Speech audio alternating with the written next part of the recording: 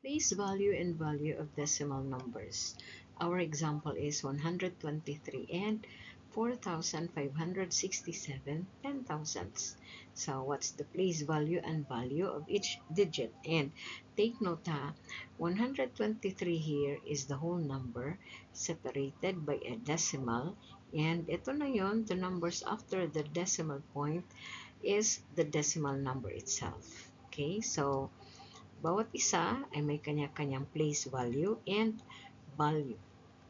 So, first, the digit under hundreds. So, since kung babasahin mo to, this is 123, ito yung nasa hundreds place. So, digit there is 1, and then under the tens digit ay 2, under the ones digit is 3, and then followed by the decimal point, and then tens is the 4, digit 4, and then hundreds ay 5, thousands ay 6, and then 10,000s ay 7.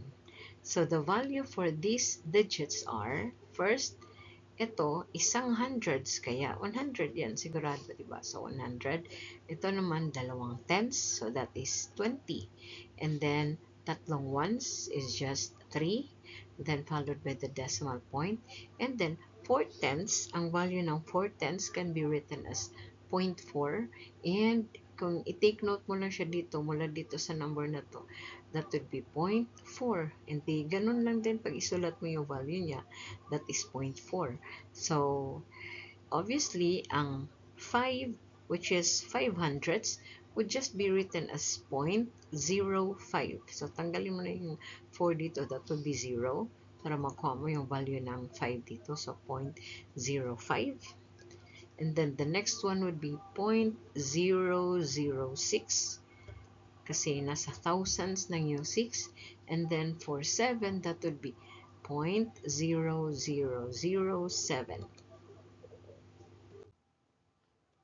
Alright, so we'll have another example.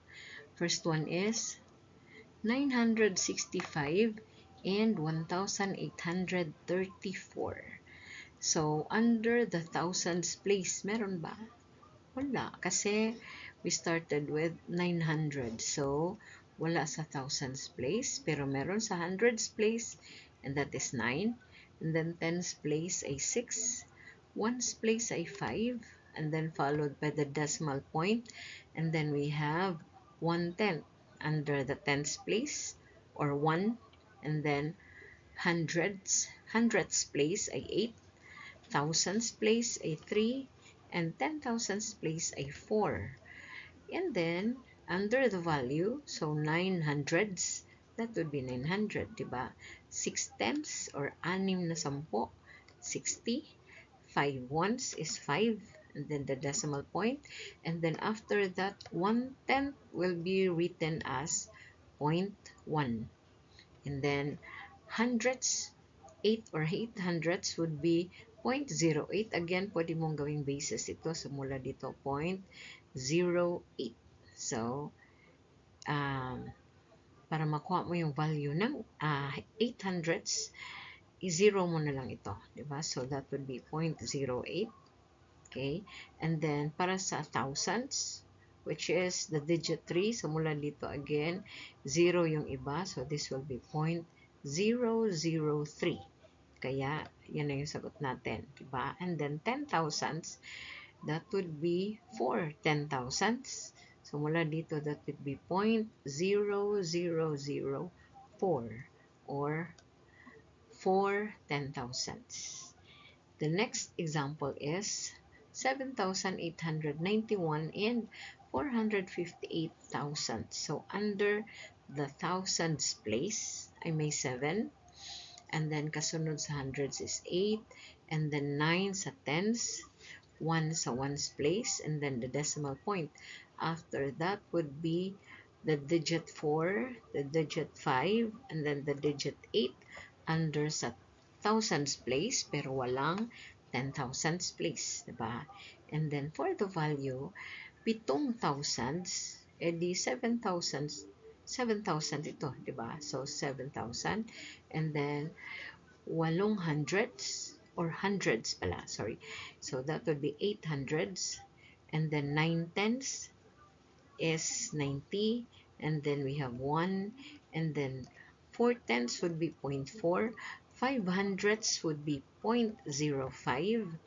Again ha, pwede mong tignan dito sa 0.05, and then ang 8 thousandths would be 0.008. So, 0.008. At dahil wala tayong digit sa 10 thousandths, hanggang dyan lang. Diba? And then the next example is 6,937 10,000. So, if you'll notice, walang whole number. Diba? So, ang digits nito, we will start with the first one under the decimal numbers. That would be 6, diba? So, ang 6 is under tens place. Okay, so, yan siya. And then, ang kasunod is 9, which is under the hundreds place. And then, 3 under the thousands place. And then, 7 under the 10,000s place. And then, pagkuhanin mo yung value na, that would be 0.6 for 6 tenths. And then, for 9 hundredths, isulat mo siya as 0.09. And then, for 3 thousandths, that would be 0.003. And then, for 7 thousandths, that would be 0.0007.